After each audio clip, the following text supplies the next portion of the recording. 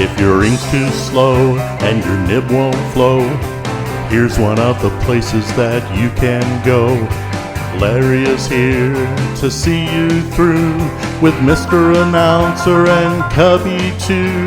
It's Larry's Fountain Pen Reviews.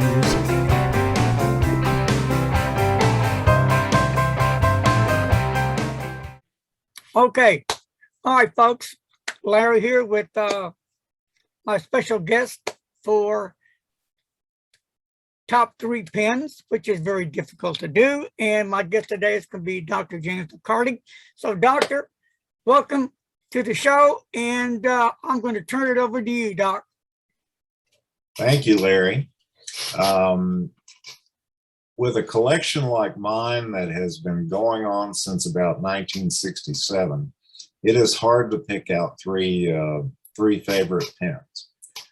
So what I did was choose 3 that seemed to me to be unusual or interesting, and that write very, very well. So I'm going to start with a Japanese pen, a Sailor,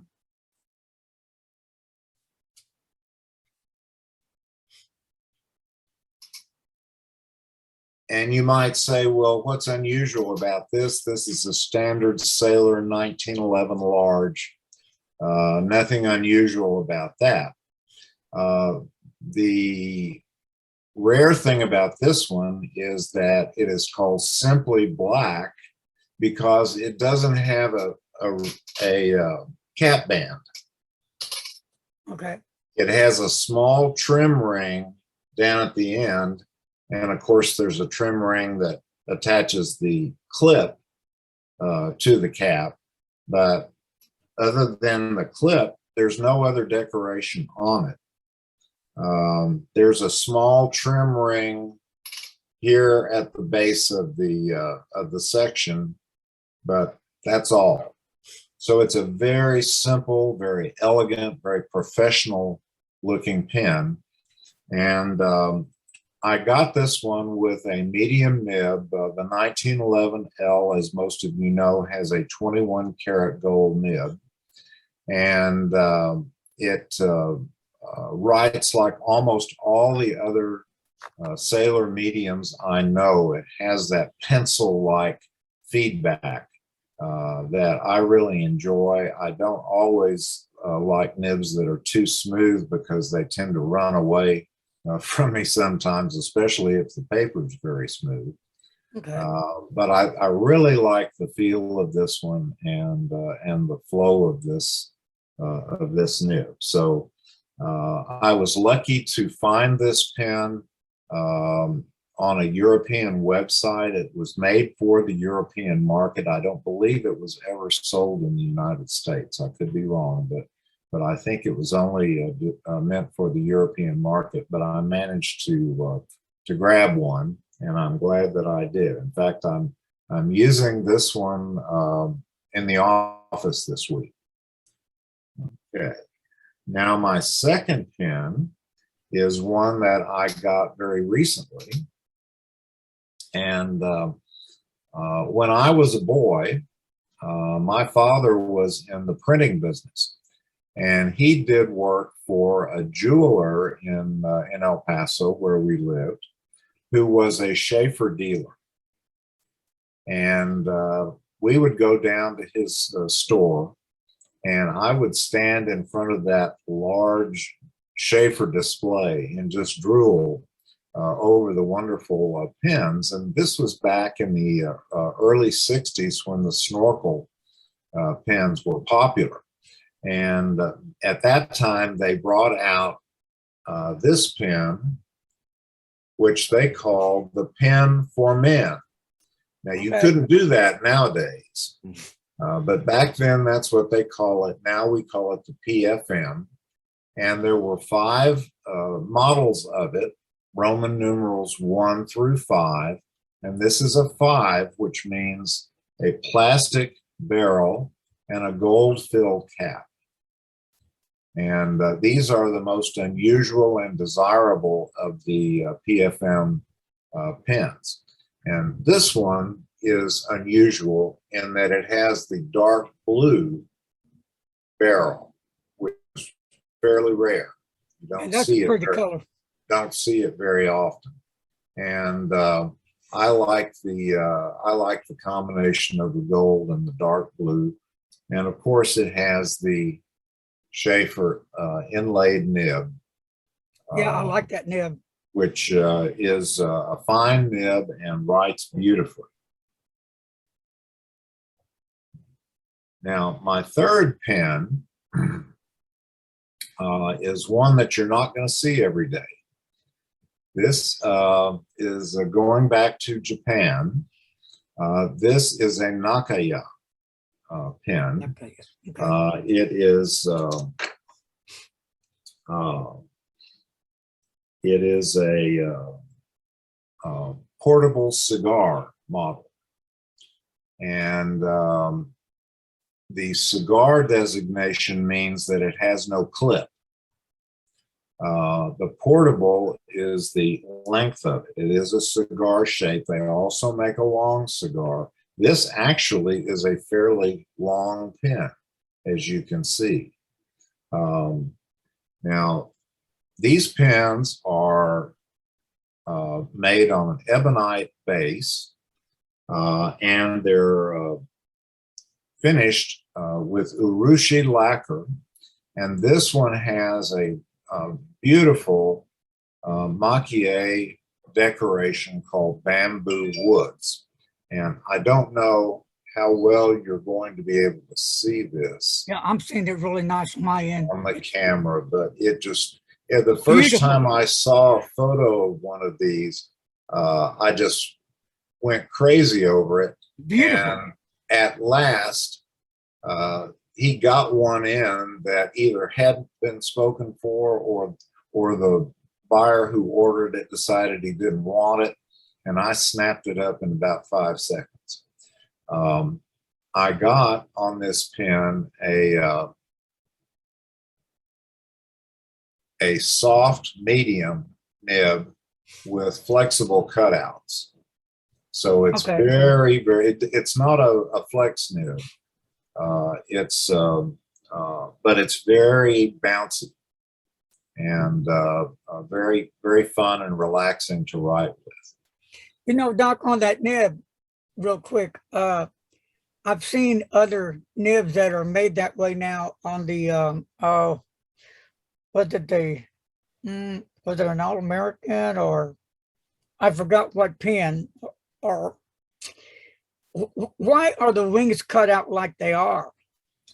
Well, these cutouts are designed to make the end of the nib, the point of the nib, bend more easily, so that it's not as rigid.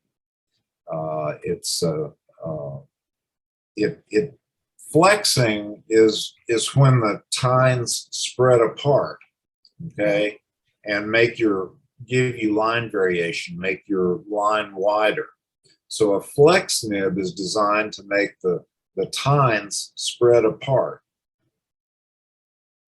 For a nib like this, a soft nib, what you're trying to do is get the nib to rise up a bit off the feed, so the tines don't spread apart, so you don't get flexing as we formally think of it, but get a cushiony ride, like an old Cadillac as opposed to a Corvette. How I can dig that, which I've had an old Cadillac, right, which I liked. Real quick on that feed, is that an ebonite or plastic? Most ebonite. This feed is ebonite. Yeah, I believe almost all Nakayama feeds are ebonite. There may be a few of their models that have a plastic feed, but those would be pens that are not that don't have ebonite bodies. They have wood bodies or some other kind of thing. Remember that Nakayama is a subsidiary of platinum. Okay. So these nibs and feeds are very similar to what you would see on a platinum 3776. They're not identical, but they're very similar. Now, do you have by chance, an honorable mention? Oh my goodness. I know you have a super large collection. It would be, yeah. Well, let me show you this one. This is kind of interesting. This is a Caran d'Ache that I just happen to have out on my desk.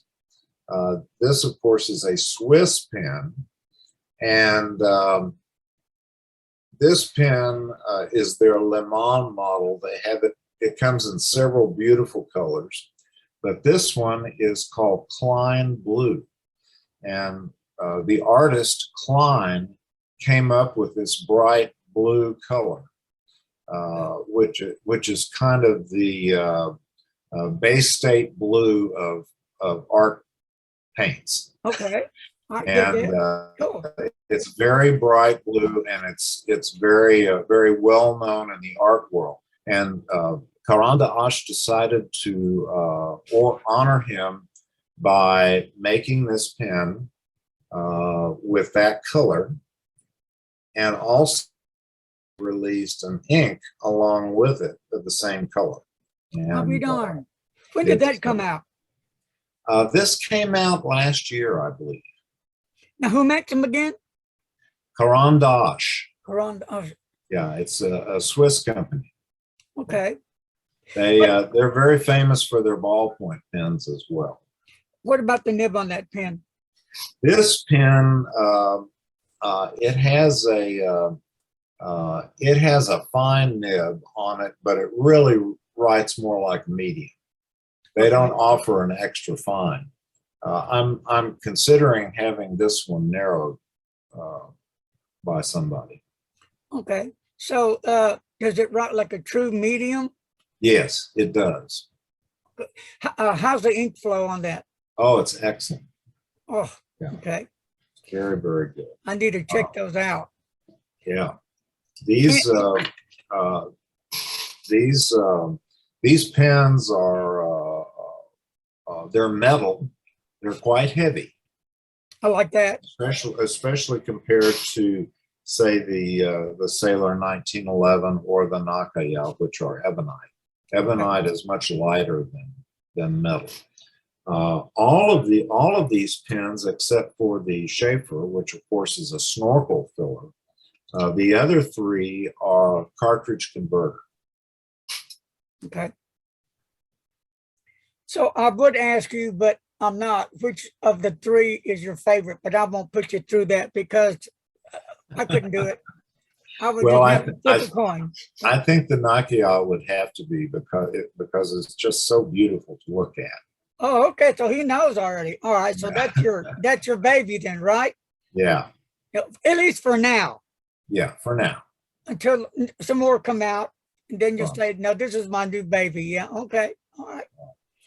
All right, Doc. Well, hey, thank you for coming on and sharing us your top 3 pens, and we got to do this again. Okay. Sure, you bet. All right, Doc. We'll talk to you later, buddy. Take care of yourself. Good to see you. Bye now. Same here, Doc.